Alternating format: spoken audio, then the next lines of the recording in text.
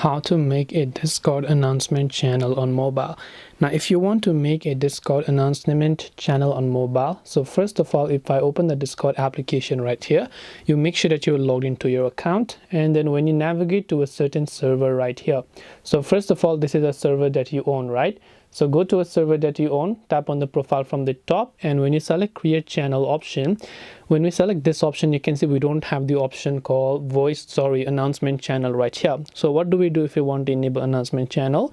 Well, to enable announcement channel, this time you have to go to the server settings. So simply go to the server settings right here, and here you'll find this option that is enable community. So you want to simply go to enable community section, tap on get started and enable community for this. So you must have verified your email address. You can scan messages sent by all members. Tap on the next option, rules or guidelines, tap on next, one last step, set default, and all of these agreed to the terms and conditions. Tap on finish setup. Now once you've done this, you can just tap on the save option, right? So from the top right, just tap on save.